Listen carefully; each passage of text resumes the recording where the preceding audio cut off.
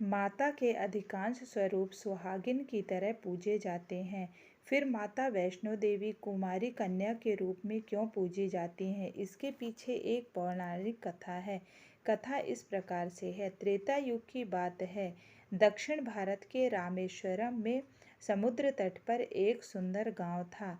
रत्नाकर पंडित यहीं रहते थे। रत्नाकर शिवजी और माँ आदि शक्ति के बड़े भक्त थे।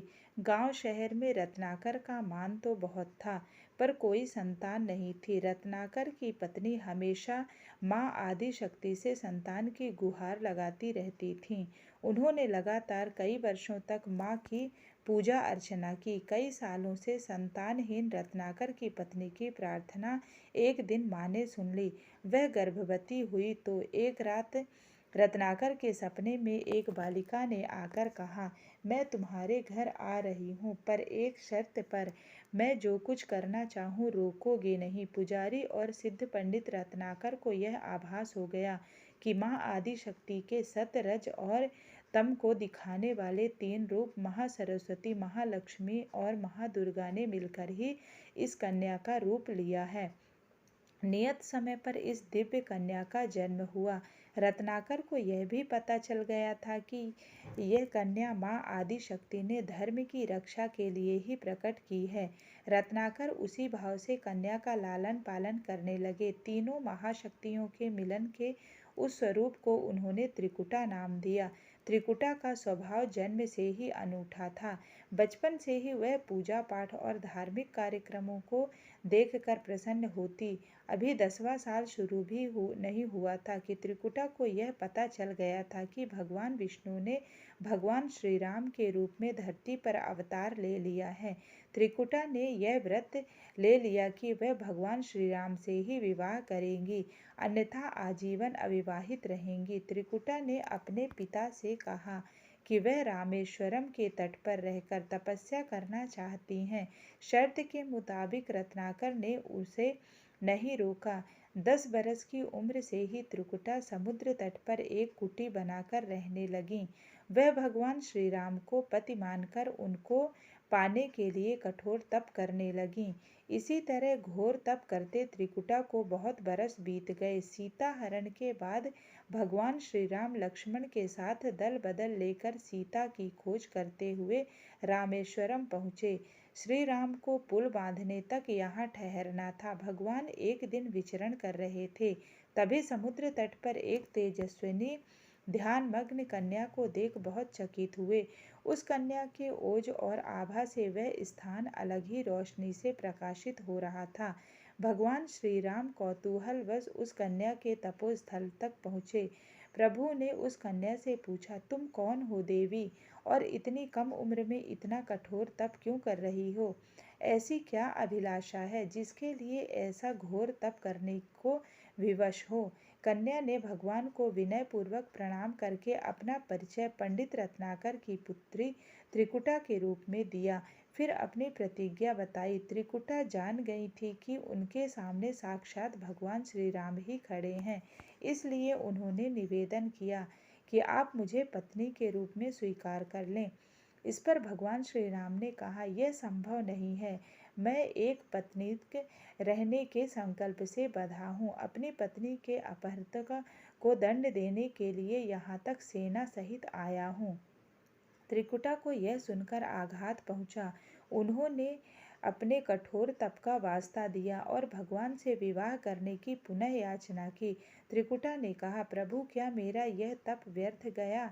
मेरे तप में वह शक्ति नहीं कि आपको प्राप्त कर सकूं। मेरा तप अभी कम है तो मैं इसे और कठोर करूंगी और तब तक जारी रखूंगी जब तक मेरी अभिलाषा पूरी नहीं हो जाती। भगवान ने कहा, जब मैं सीता का पता लगाकर लौटूंगा तब तुम्हारे पास आऊँगा। यदि तुम मुझे पहचान लोगी तो मैं तुम्हारी इस बात पर सही निर्णय करूँगा। त्रिकुटा को इस बात से बड़ी प्रसन्नता हुई कि उनका तप सफल है। भगवान ने उन्हें वरण का एक आश्वासन दिया है। अब उन्हें अपने स्वामी की परीक्षा में उत्तीर्ण होना है। इस प्रसन्नता के भाव से भरकर त्रिकुटा का उत्साह और बढ़ गया।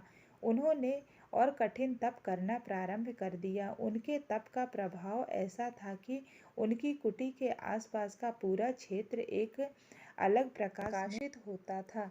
भगवान श्री राम ने रावण के साथ युद्ध कर उसे हराया।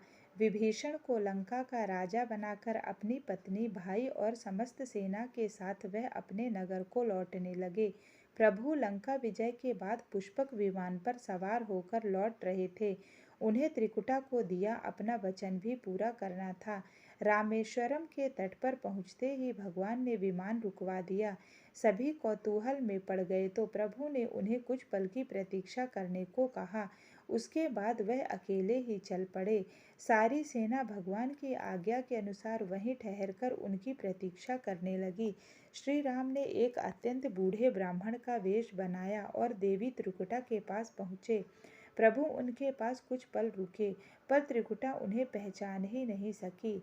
भगवान ने उन्हें अवसर दिया, पर उनकी लीला को देवी त्रिकुटा भांप नहीं पाई। तब भगवान श्री राम अपने असली रूप में आ गए।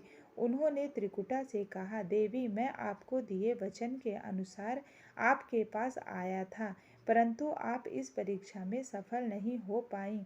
वैसे भी इस जन्म में सीता से विवाह कर मैंने एक पत्नी व्रत का प्रण लिया है, इसलिए तुम्हारे साथ विवाह तो असंभव ही था। देवी त्रिकुटा कुछ निराश हो गई। भगवान ने उनकी मनोस्थिति समझ ली और मधुर वचन में बोले। भगवान ने कहा, आपको निराश होने की आवश्यकता नहीं। आपका संकल्प पक्का है, इसलिए मैं इसे खाली नहीं जाने दूंगा। इस युग में मैं व्रतधारी होने के कारण वश हूँ। कलयुग में मैं जब कल्कि के रूप में अवतार लूंगा, तब मैं तुम्हें अपनी पत्नी रूप में अवश्य स्वीकार करूंगा। तब तक तुम हिमालय स्थित त्रिकुटा पर्वत पर जाकर तप करो और मेरे अवतार की प्रतीक्षा करो। भगवान ने उन्हें वरदान देते हुए कहा, तुम भक्तों के कष्ट और दुखों का नाश करते हुए इस संसार का कल्याण करती रहो। विष्णु का अंश होने, उनके कुल में अवतार होने तथा विष्णु पूजक होने के नाते सारा संसार तुम्हें माता वैष्णो देवी के रूप में पूजेगा। कलयुग में तुम्हारे लिए कुछ भी अदेय नहीं होगा। जो भी भक्त भक्ति भाव से तुम्हारी पूजा अर्चना करेंगे, उन्हें तुम सर्वस्व प्रदान करोगी। भगवान श्री राम यह वरदान देकर चले गए। त्रिकुटा श्री राम से मिले इस वचन से अत्यंत प्रसन्न थीं। उन्होंने प्रभु के आदेशानुसार संसार के कल्याण का संकल्प लिया।